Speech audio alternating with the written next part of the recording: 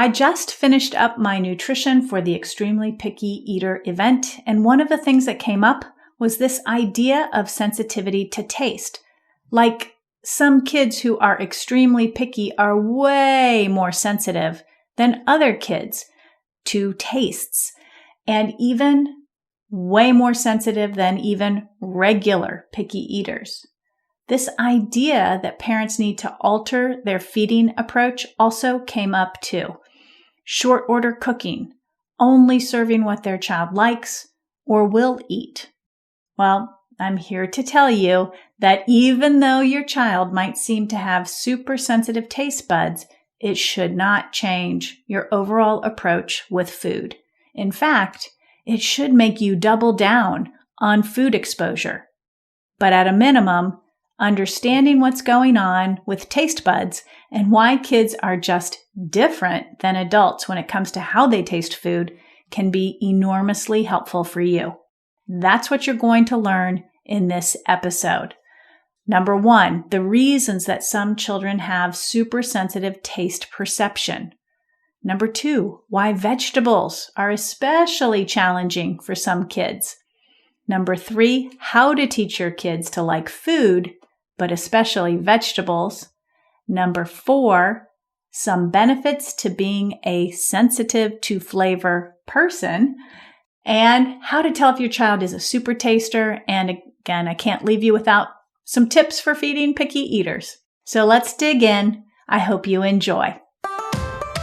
Welcome to the Nourish Child Podcast, a show about childhood nutrition, feeding kids, and dealing with the ups and downs of growing a healthy child. Here's your host, registered dietitian and childhood nutrition expert, Jill Castle. So let's get into the topic of super tasters. So if you have a picky eater on your hand, you know we talk about picky eating all the time. I talk about it on the blog, but I haven't really dug into the whole aspect of taste buds and how taste buds are so different in children than they are in adults.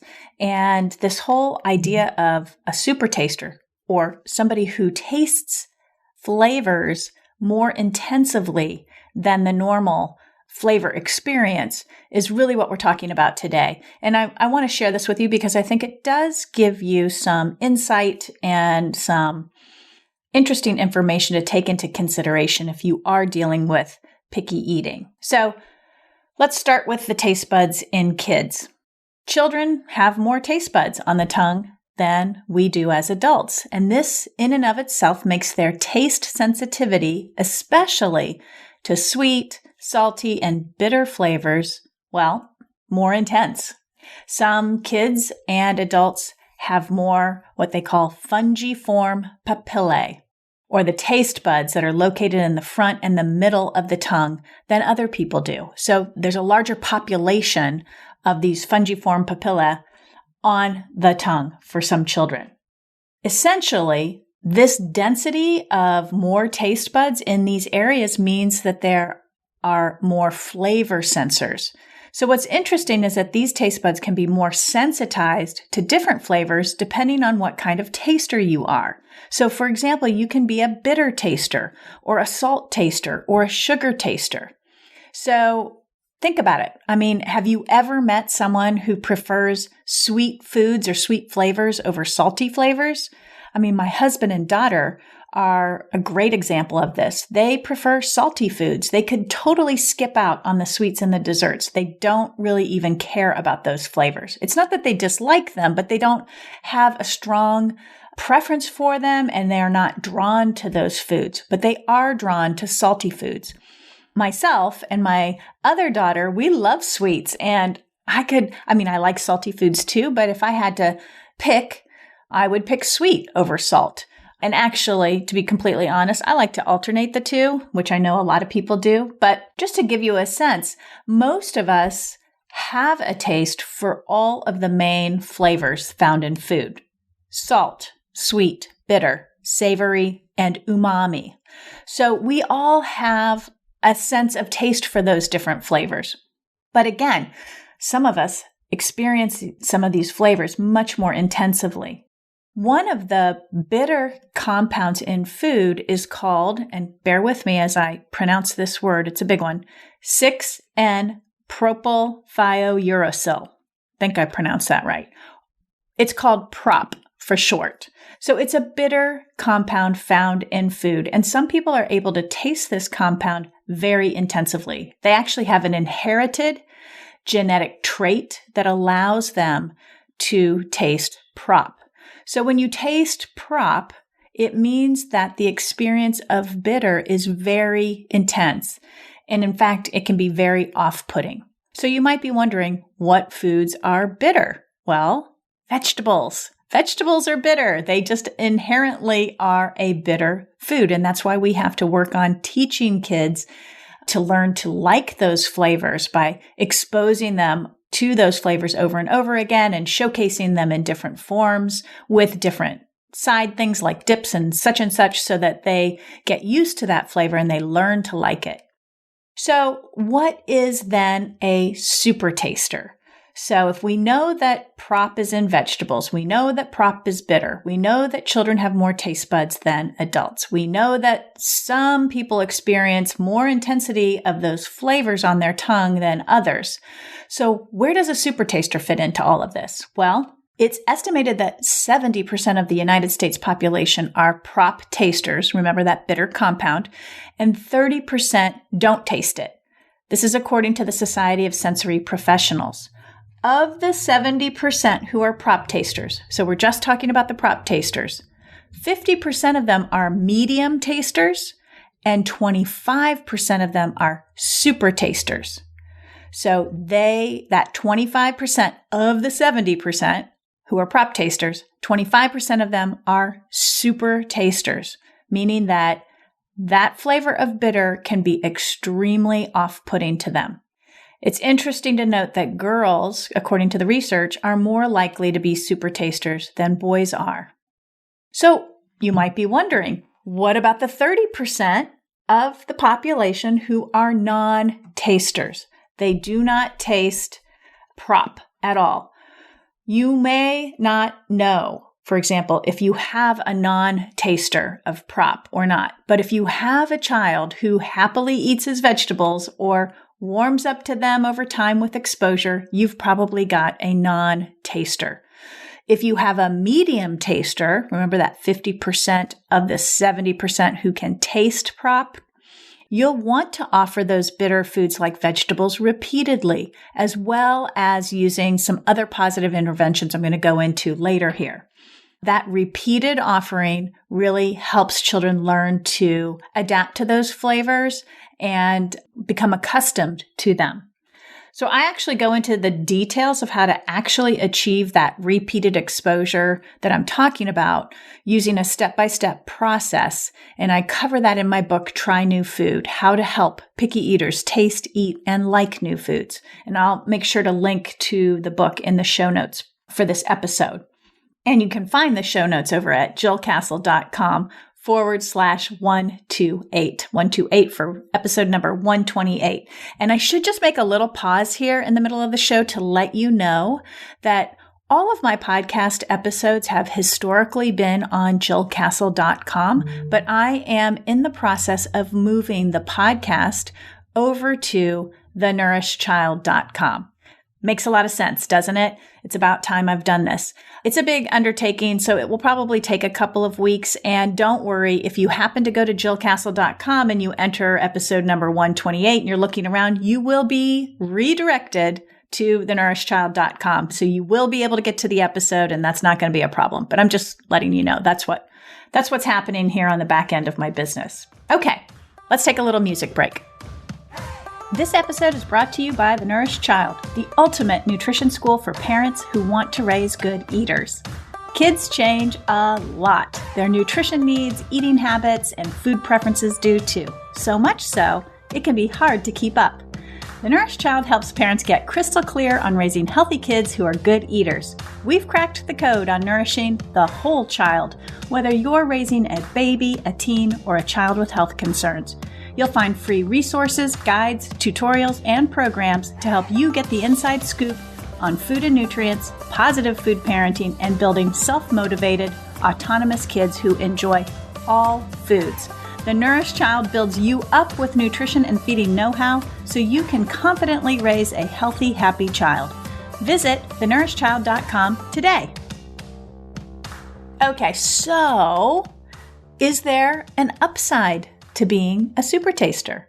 Well, some of the research out there suggests that super tasters crave less fatty and sugary foods. So that could be a good thing, right?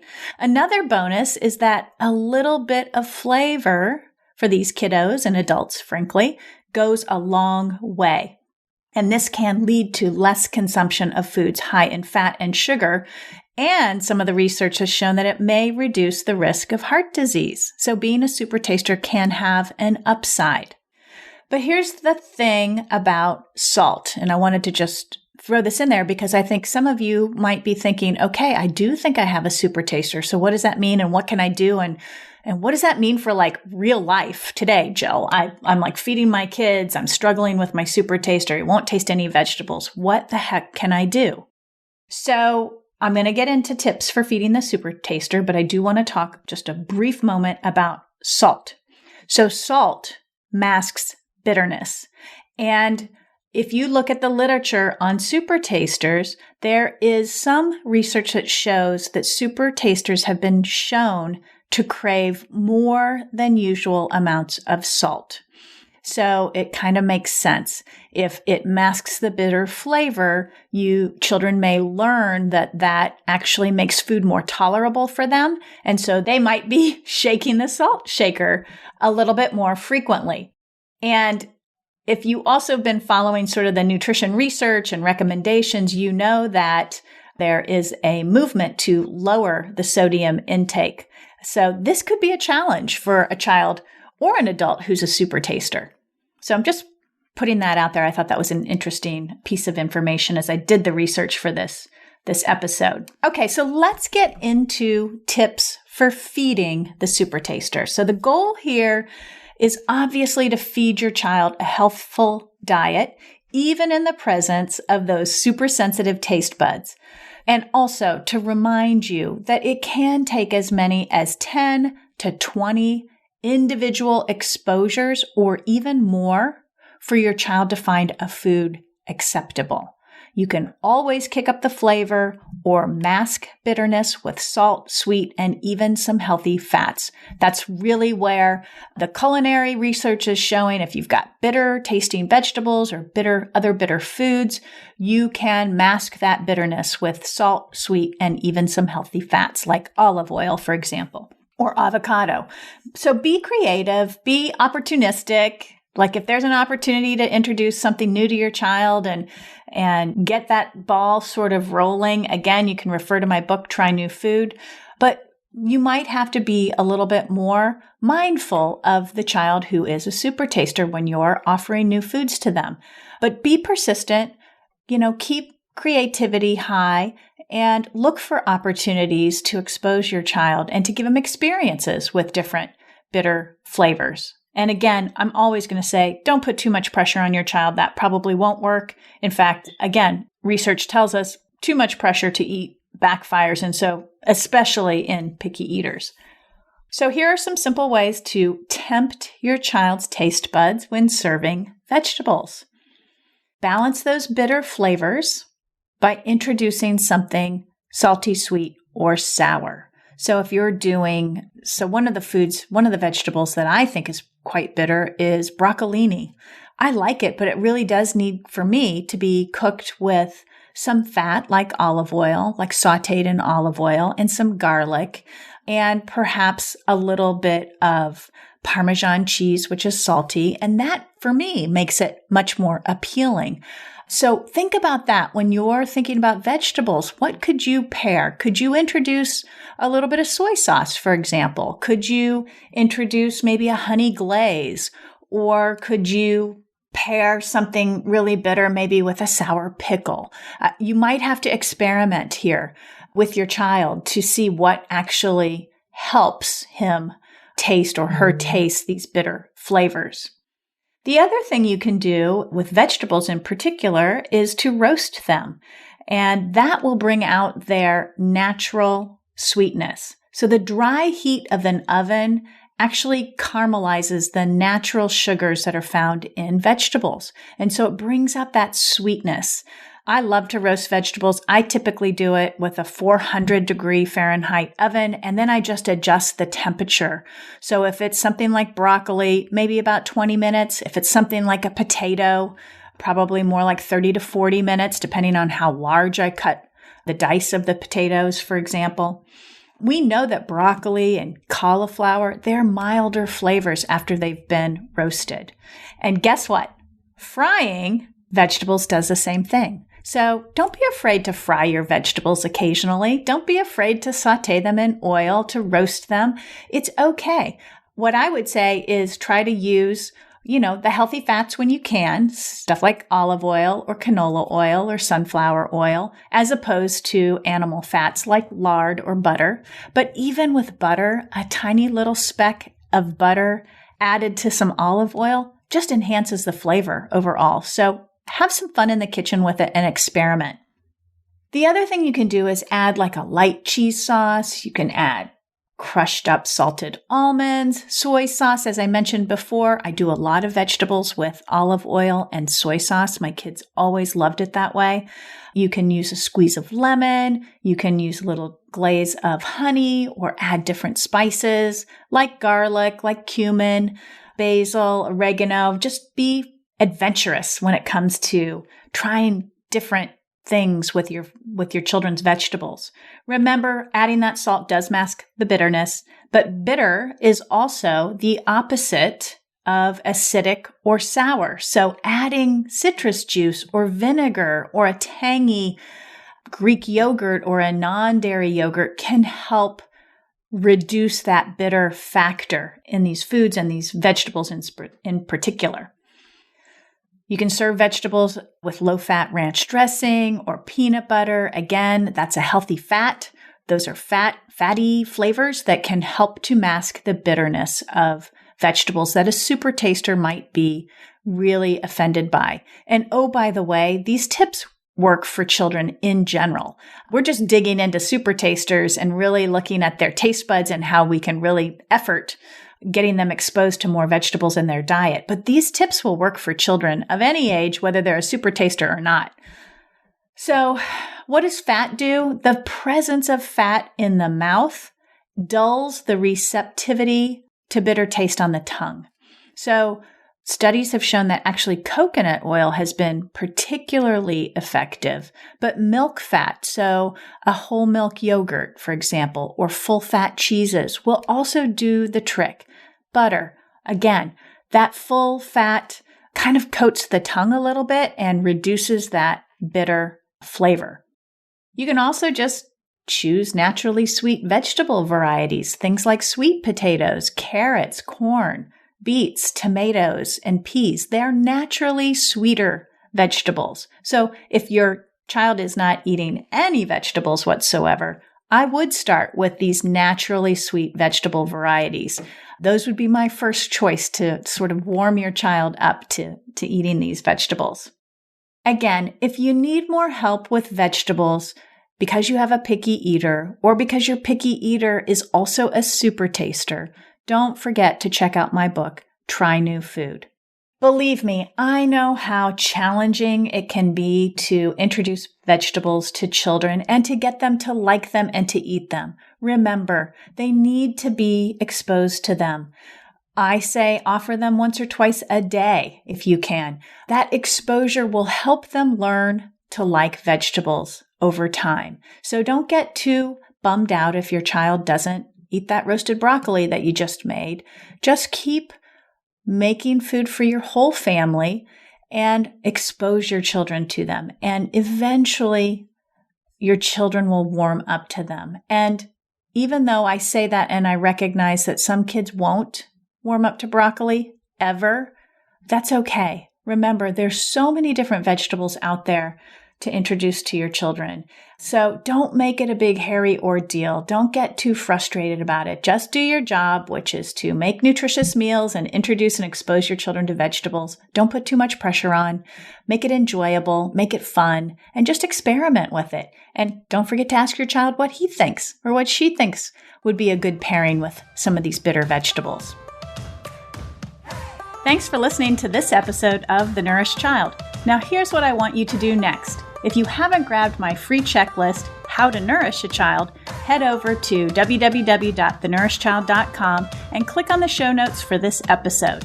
This checklist is designed to give you a clear path and the steps you need to take to raise a nourished child inside and out.